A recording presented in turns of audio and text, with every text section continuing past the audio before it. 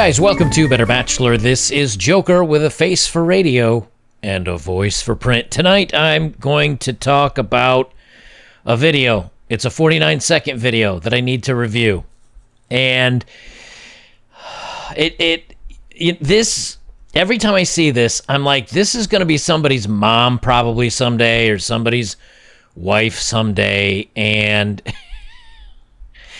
this is the kind of thing that I see that I'm like, dating is not, it's not just bad, it's gross. Like this is, I think, the worst type of person that you could ever meet and end up dating.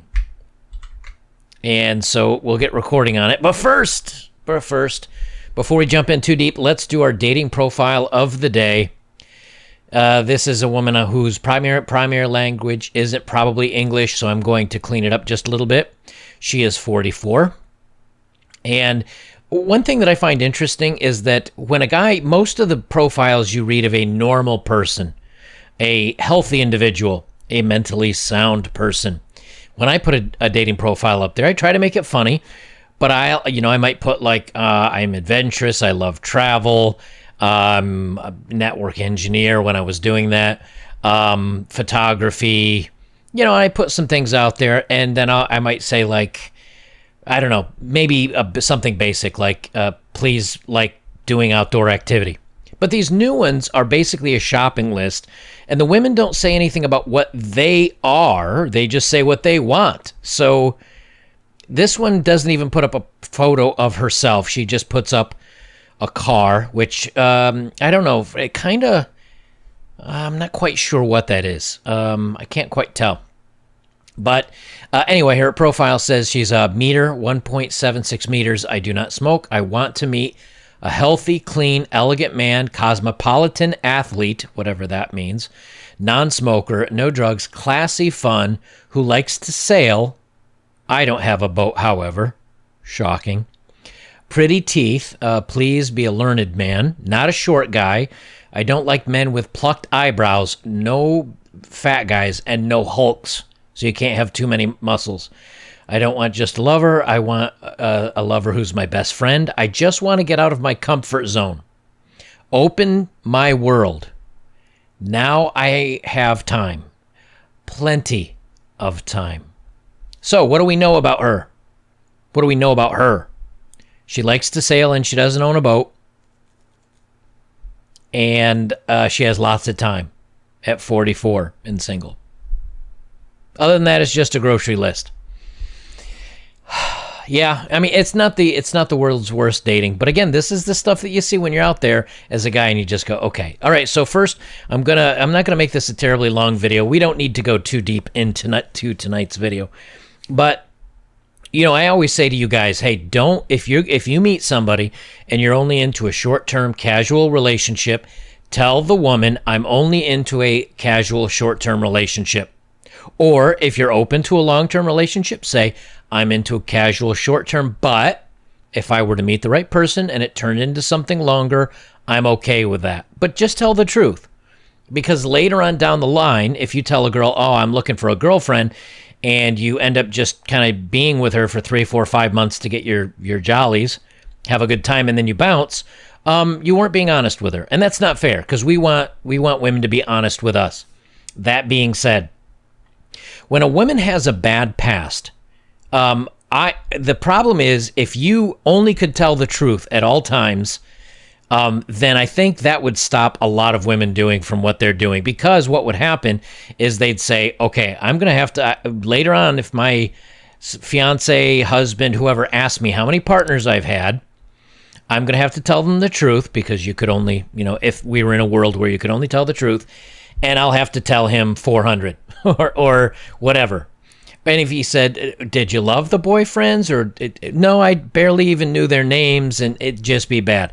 So this puts women automatically in a scenario where either A, they're not going to get a good quality guy, because no good quality guy would want somebody with a past like this, or B, you're going to have to lie. And before you're even 3, 5, however many dates into the relationship, you're already lying about your past. And I guarantee you, you will find a lot less men wanting to be with you with kind of not a good past. Same thing goes for guys. You know, if I were a bad person in my past and I told somebody about that, I might not, maybe they wouldn't want to date me long term. But here's the thing. The ones that will date you will be the ones that will stay with you, that will not feel like they've been lied to or manipulated. And because once that happens, it's out the window. And if a girl were to lie about her past at all, and then all of a sudden you start finding differences, I do lots of stories about this stuff. The guys they feel cheated and they're out. Husbands have left wives over this stuff. The list goes on. So here's a video. This is a very cringy video. I apologize in advance for both her voice, her editing style, and her presentation, because I don't know if she's trying to, the face that she does and all that stuff is very, it is what it is. But I want you to listen to this story, and then we're going to break it down a little bit, because this is not good. So, I have some college sorority friends. They all decided that they would challenge each other and see who could sleep their way through the alphabet first. As in, hook up with a guy, beginning with each letter of the alphabet. I mean, seriously, what could go wrong? They just started this challenge 2 months ago. One of the ladies already made it to letter K last night. And okay, so in 2 months, she made it to the letter K. A, B, C, D, E, F, G, H, I, J, K. That's 11 letters into the alphabet. Yeah, 11 letters into the alphabet in 2 months. That's 8 weeks. That's what? I mean, 1.3 partners per week? And why are they doing it? Is it because these guys are attractive, or they thought they might have a chance at a relationship with them? Or maybe that there was something there and a relationship was blooming, but no, I just chose the wrong guy and it didn't work. Nah, they're doing it to go through letters of the alphabet. Now, here's the thing. Would guys do the same thing with women that they found attractive? Yes, they would. Is there a difference between a woman doing this and a man doing this? Yes, there is. Because she's not supremely unattractive, although if she walked into the bar going like, did you know, and making all the faces, if that's her personality, I feel bad for her. But if a guy walks into a bar, any bar, and he has to show that he's got status and he's funny and he's intelligent, maybe he's in decent shape, he's a good conversationalist, maybe he can make a girl become attracted to him in a few hours, and maybe something happens at the end of the night. A girl that is relatively attractive could go into any bar, club in America, probably most European ones, and just walk in and go, hello, would anybody like to go home and get in bed with me and have fun? And I'm sure lots of guys would be like, yeah, all right, I'm down. And it's the level of challenge. Guys have to really prove themselves to get an opportunity, where women have to go, hello, I'm breathing and warm. There's a big difference. So when women throw away all the filters and they throw away their selectivity and they're making good selections, they're gonna get the attention. And so there's no challenge to it. So when a woman does this, when a guy goes out and he's, has action with a lot of women, so to speak, he's showing, hey, I'm intelligent, I'm desirable, I'm funny, I'm witty, I can talk to people, I have a little bit of game, maybe I can present myself like I have money or I'm successful, whatever. But he has to present himself this way. A woman has to present herself as, hello, I'm still warm, alive, and breathing, and ta-da, it's going to happen. I mean, there are unattractive women that can get some attention from somebody at least, depending on how many they've had at the end of the night. So these girls have gone to college and now here's the funny thing. She also says, my friends are doing this. Okay, so you're either friends with horrible people or maybe you're doing it too. Something to keep in mind. Maybe she's doing this as well. And lastly, I'll leave it at again. This is 1.2, 1.3 guys per week. And they're doing it just for alphabet fun, just to see who can get through the alphabet the quickest. This is where we are with how, don't tell me they're not gonna have pair bonding issues and they have other issues in their life if they're okay to just basically I'm just with a guy just as a goof, just to see how many I can go through. Okay, let's continue on. And then found out today that she is pregnant with a child, bun in the oven. And not with one, not with two, but with 3 babies! Well, someone was fertile, and she doesn't know who the dad is. It could be Alex, Ben, Caleb, Darren, or the other 6 guys. But on the bright side, she hooked up with letter K last night. Therefore, Kevin from Arkansas State University, you are not a father, champ. Congratulations, bro! As for the rest of the letters, it's a guessing game. Who's about to be a dad of 3? All right, so where to begin?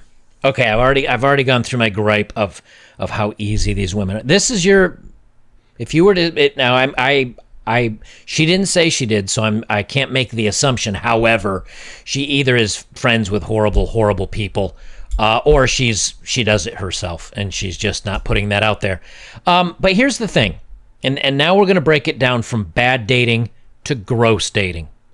Bad dating is eventually you're dating somebody like this with a lot of partners in their past, making bad decisions. Gross is when they're doing it through the alphabet, but here's the other thing. If she doesn't know who the dad is, out of 11 guys in 2 months, if she doesn't know who the dad is, other than the last guy, Kevin, that means that she didn't use protection with any of them. That means she didn't protect herself with any of them. That means that each guy, remember, average of 1.3 or whatever it breaks down to be. I'm just saying 1.3. It might be a little more or less. That means each guy weekly was with her without using something, protecting themselves, where another guy had just been 5-6 days before also not protecting himself. Not only does this give you the ability to more than likely catch STIs, a transmitted thing, but it means that you're, if you were to look up the biology, and I don't want to go too gross into this, but you have to remember this is what men are thinking, intelligent men, the smart men, the creative guys that you supposedly women want to marry and be with someday. This is what jumps into a normal man's head when you say this, is he's thinking, well, I know when a guy's been there and crossed the finish line there, it doesn't just evaporate. It hangs around for 5 to 7 days, maybe even longer, which means each guy that was visiting before the last guy was, yeah, right? Like, and that is so gross. And instead of feeling bad for her friend because she's making a horrible life decision, or any of her friends that are making these horrible life decisions, now she may be going out of her way to make up a story, and she may, let's just say, well, this is just a story and her friend's really not preggers. Although I doubt it, because I don't know if somebody would make this up off the top of their head. But instead of feeling bad for her friend that she's kind of just ruined the rest of her time in college, she is not going to know who the dad is, because there's no way. She's going to have to just pick one of the guys. So she'll probably pick the best looking one and maybe do a paternity test, or she has to do all these paternity tests. And now she has triplets, which is going to absolutely ruin her dating prospects, her college prospects, at least for a while. Instead of feeling bad for her friend, she's laughing about it on social media for attention. And this not only tells you what type of people or what type of girls these are to be with so many men, but one of the grossest parts about this is the fact that she's laughing about her friend's problem on social media for attention, and she finds it humorous. Her friend's going to have a really hard time in life. Her friend's making some really bad decisions, and here she is laughing about it. And so the two parts that are just so gross about this is, yes, the many partners, such a short term, not being smart about protecting themselves. That's pretty gross. Soup, as I come to think of it, is man soup. But the grossest part about all of this is equally gross, is the fact that this is funny to her and that her friend is going to be miserable and with 3 kids, no marriage, no solid family, can't finish college, is going to still have the college debt, and then is going to have the cost of 3 children, which means without the job, I mean, you can't afford a babysitter for 3 kids unless now maybe she gets her mom to help out or some other family members, which makes misery for them because they never asked to be full-time babysitters or aunts or grandma watching the kids all the time. The kids aren't going to have a good family life. And on top of that, she's going to have to be a stay-at-home mom. So now, not only does she owe the money to college, not only is she not married, not only does she not know who the dad is, but now she's a draw on the state and the welfare system using our taxes that could maybe go to somebody that actually was making good decisions in their life but fell on hard times. No, we have to pay for somebody that purposely is stupid and puts themselves in a hard time. And now you got 3 kids that are going to grow up fatherless, more than likely, as wards of the system, and she laughs about it. And someday she's going to be older and she's going to be on a dating app or looking for Mr. Right or trying to get married. And one of you lucky gents, even if she's chilled out and not acting over the top, one of maybe not you gents, but some gentleman, some guy out there is going to say, hey, you know what? She's cute. She's funny. She's bubbly. She's outgoing. I'd love to date somebody like this. And maybe either they get trapped in the same way that her friend did, or they don't realize until too late her past, her bad decisions, and what type of awful person she is. That's why dating is just getting gross. Now, how do you protect yourself 100% guaranteed of never having somebody like this to date? You don't date. But other than that, if you're going to date, you have to look for red flags and be careful, because there's a good chance that one of you would bump into her out at a pub or something, and you guys are having a good time, and before you know it, oops, you might be a dad of 3. Guys, if you'd like to support my work, links below as always. If you have, thank you very much. Best way you can support me is like, comment, share, subscribe, and check out my older videos. I will leave it there. This is Better Bachelor. I am Joker. And dating has gone from bad to gross.